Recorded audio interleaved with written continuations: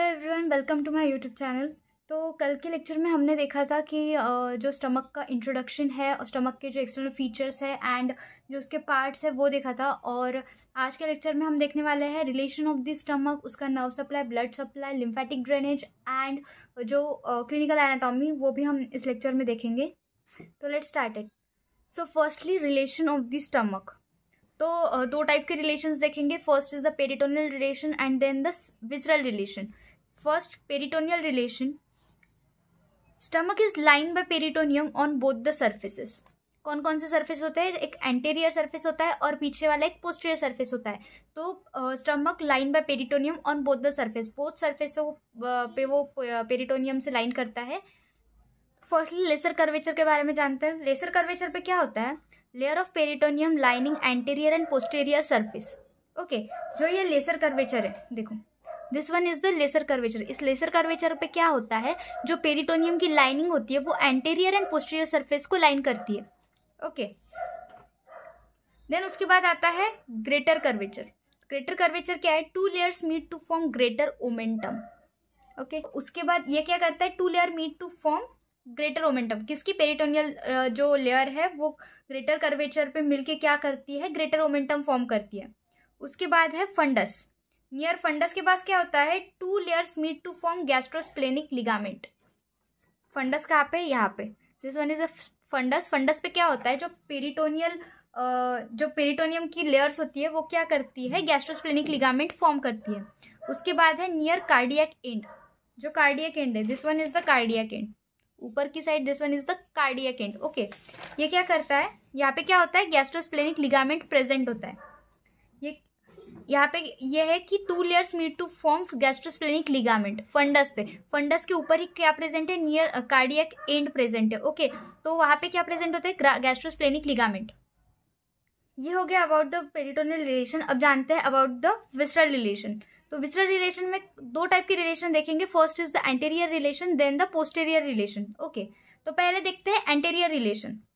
इस डायग्राम के थ्रू समझेंगे। तो एंटीरियर रिलेशन मतलब क्या होता है? स्टमक का जो आगे वाला पार्ट होता है, जो हमारे एब्डोमिनल वॉल से जो रिलेट करता है, वो है एंटीरियर पार्ट। उसके एंटीरियरली क्या आएंगे? लीवर। देखो ये स्टमक है, स्टमक के एंटीरियरली ये आगे से आ रहा है। ओके, क्या है? लीवर है। देन उसके बाद है diaphragm and then anterior abdominal wall. ये क्या हो गया? उसके anterior relation. Now we will talk about the posterior relation. इसके लिए आपको ये जो डायग्राम है ये बुक में भी दी हुई है, ये आपको याद रखनी ही पड़ेगी। आपको बार बार इसको निकालना पड़ेगा इस डायग्राम को, जिससे आप इसको याद रख सकते हो। तो पोस्टीरियर रिलेशन में क्या आता है? डायफ्राम। ओके, एंटीरियर रिलेशन में भी डायफ्राम आता है और पोस्टीरियर रिलेशन में भी डायफ्राम आता है। उसके बाद आता है लेफ्ट किडनी। यहाँ पे आप देख सकते हो मेंशन किया हुआ है लेफ्ट किडनी। यहाँ पे एरिया फॉर डायफ्राम ये भी दिया हुआ है। Okay, this one area for diaphragm. Then आता है लेफ्ट किडनी। उसके बाद लेफ्ट सुप्रारीनल ग्लैंड। किडनी होगी तो किडनी के ऊपर क्या होगा? Renal gland, suprarenal gland. Okay, तो यहाँ पे लेफ्ट किडनी है तो लेफ्ट किडनी के ऊपर होगी लेफ्ट सुप्रारीनल ग्लैंड। उसके बाद आता है pancreas. This one is the pancreas. Okay, this one is the pancreas. Then उसके बाद आता है ट्रांसवर्स मीजोकोलॉन। यहाँ पे this one is the transverse mesocolon. Splenic flexure of colon. This one is the splenic flexure of colon. उसके बाद आता है splenic artery. This one is the splenic artery. Okay, तो ये हो गए उसके पोस्टीरियर रिलेशन। तो यहाँ पे एक ट्रिक है जिससे आप उसको याद रख सकते हो। DPT2L2S। D से आ गया डायफ्राम, P से आ गया पैनक्रियाज, T से आ गया ट्रांसवर्स मीजोकोलॉन, 2L, L से क्या? Left kidney and left suprarenal gland. उसके बाद 2S, splenic flexure of colon and splenic artery. Okay, अभी देखते हैं blood supply of the stomach. Blood supply जो है वो 5 मार्क्स के लिए शॉर्ट नोट आती है। अगर पूरा स्टमक नहीं पूछा, पूरा स्टमक जो है वो 10 मार्क्स के लिए पूछते हैं, बट अगर वो नहीं पूछा तो ब्लड सप्लाई पे क्वेश्चन आता है। It is very much important. तो ये 5 मार्क्स के लिए इस पर शॉर्ट नोट आती है। और उसके लिए ये डायग्राम है जो आपको करनी ही पड़ेगी। आपको डायग्राम निकालनी ही पड़ेगी एनाटॉमी के पेपर में। और ये जो ब्लड सप्लाई है ये आप डायग्राम से ही ध्यान में रख सकते हो। तो शुरू करते हैं। अलग अलग पार्ट के लिए जो ब्लड सप्लाई है वो यहाँ पे मेंशन किया हुआ है।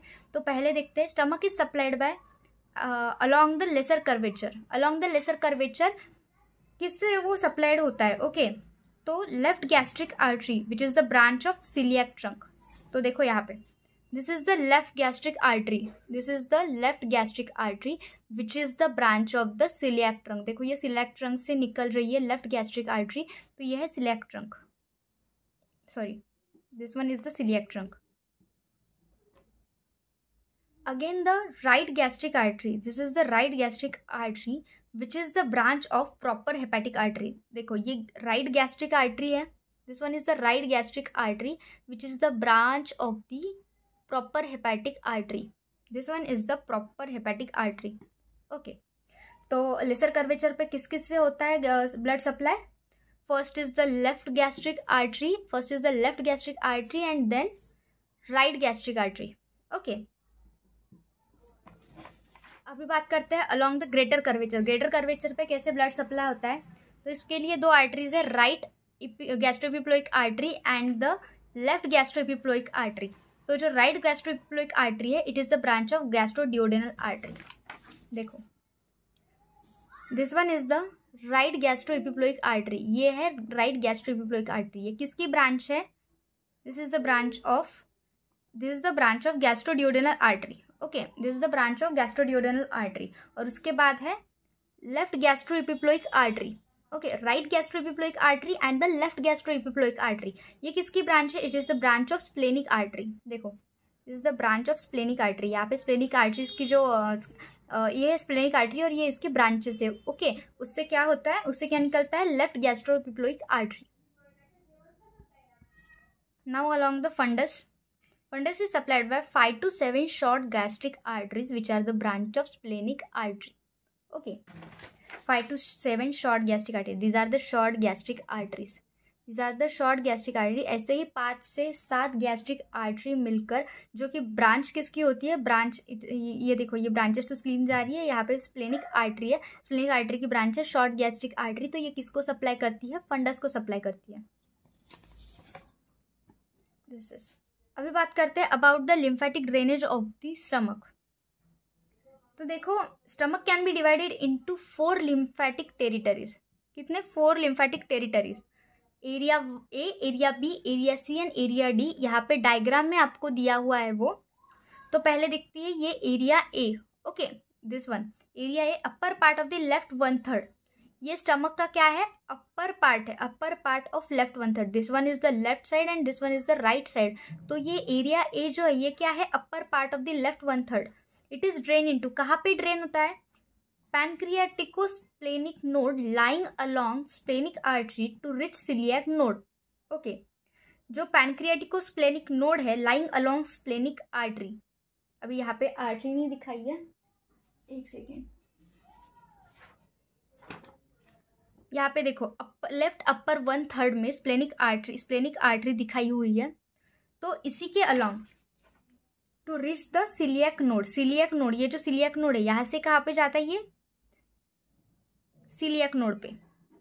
ओके, ये हो गया एरिया ए का लिम्फेटिक ड्रेनेज। तो अभी बात करते हैं about the area B. Right 1/3 drain into left gastric node along the artery of same name. Same name की आर्टरी मतलब क्या? Left gastric artery. Okay, to reach the celiac node. Area B ये भी कहा जाता है सिलियक नोड में। देखो यहाँ से सिलियक नोड में ड्रेन होता है। इसके बाद देखते हैं about the area C. Lower part of the left 1/3 drain into right gastroepiploic node. Lower part of left 1/3, lower part of left 1/3, this is the upper 1/3, left part का upper 1/3 and this one is the lower 1/3 of the left part. ये कहाँ पे drain होता है? Into the right gastroepiploic node. Okay, along the right gastroepiploic node lying along the artery of same name, artery of same name right gastroepiploic artery, उसी के along होता है। इसके लिए आप जो ब्लड सप्लाई वाली डायग्राम दिखाई वो भी देख सकते हो। It is drain into sub pyloric node, hepatic node and then into the celiac node. Okay, देखो कहाँ पे ड्रेन होती है? पहले तो सब पाइलोरिक नोड में।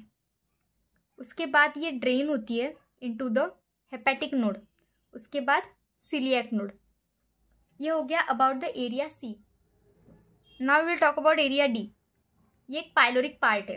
ओके देखो, ये जो नीचे वाला पार्ट है राइट साइड में जा रहा है, डी एरिया डी जो है, यहाँ पे क्या प्रेजेंट होता है, pyloric antrum and pyloric canal. Okay, तो इसको क्या बोला है, पाइलोरिक पार्ट। पाइलोरिक पार्ट जो है वो कहाँ पे ड्रेन करता है, into different direction to pyloric hepatic gastric node to reach coeliac node. See, यहाँ से ये डिफरेंट डायरेक्शंस में जाता है। Okay, into pyloric hepatic gastric nodes to reach coeliac node. सारे जो नोड्स है वो लास्ट में आके कहाँ पे आ रहे हैं, सीलिएक नोड में आ रहे हैं। ओके, एरिया ए हो गया, एरिया बी हो गया, एरिया सी हो गया या फिर एरिया डी हो गया, ये लास्ट में कहाँ पे ड्रेन कर रहा है, सीलिएक नोड में ड्रेन कर रहे हैं। Lymph from all areas of stomach ultimately reach celiac trunk. Okay, कहाँ पे जाता है, सीलिएक ट्रंक के जो एरिया है वहाँ पे, जो सीलिएक नोड है वहाँ पे जाता है। अल्टीमेटली सारे एरिया वहीं पे ड्रेन करते हैं। Now we will talk about the nerve supply of the stomach. तो कौन कौन से नर्व से सप्लाई मिलता है, sympathetic nerve and the parasympathetic nerve.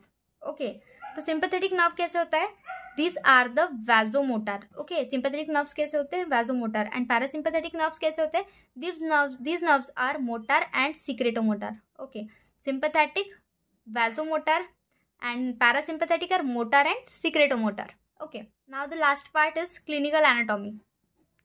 तो क्लिनिकल एनाटॉमी में फर्स्ट है gastric carcinoma. Carcinoma that is cancer. Okay, gastric cancer is common along the greater curvature. जो स्टमक का ग्रेटर कर्वेचर होता है उसके अलॉन्ग कैंसर होने के चांसेस ज़्यादा होते हैं। उसके बाद है gastric ulcer. Gastric ulcer occurs typically along the lesser curvature. ये कहाँ पे होता है, अलॉन्ग द लेसर कर्वेचर। तो देखो क्या होता है, जब एंजाइटी होती है या फिर बहुत ज़्यादा स्पाइसी अगर हमने खा लिया तो वहाँ पे गैस्ट्रिक अल्सर होने के चांसेस है, या फिर बहुत ज़्यादा टेंशन में रहता है, वरी रहती है कोई भी इंसिडेंट्स की, तो वहाँ पे गैस्ट्रिक अल्सर होने के चांसेस ज़्यादा है। और कहाँ पे होता है वो, along the lesser curvature of the stomach. उसके बाद आता है pyloric obstruction. It can be congenital और एक्वायर्ड। जो पाइलोरिक पोर्शन होता है स्टमक का, वहाँ पे क्या होता है, ऑब्स्ट्रक्शन आ जाता है। वो क्या होता है, कंजेनाइटल मतलब बाय बर्थ भी हो सकता है या फिर बर्थ के बाद भी एक्वायर हो सकता है। सो यहाँ पे स्टमक का जो टॉपिक है वो खत्म होता है, और इसके जो नोट्स हैं मेरे टेलीग्राम चैनल पे मिल जाएंगे, और मेरे टेलीग्राम चैनल की लिंक मैं डिस्क्रिप्शन में दे दूंगी।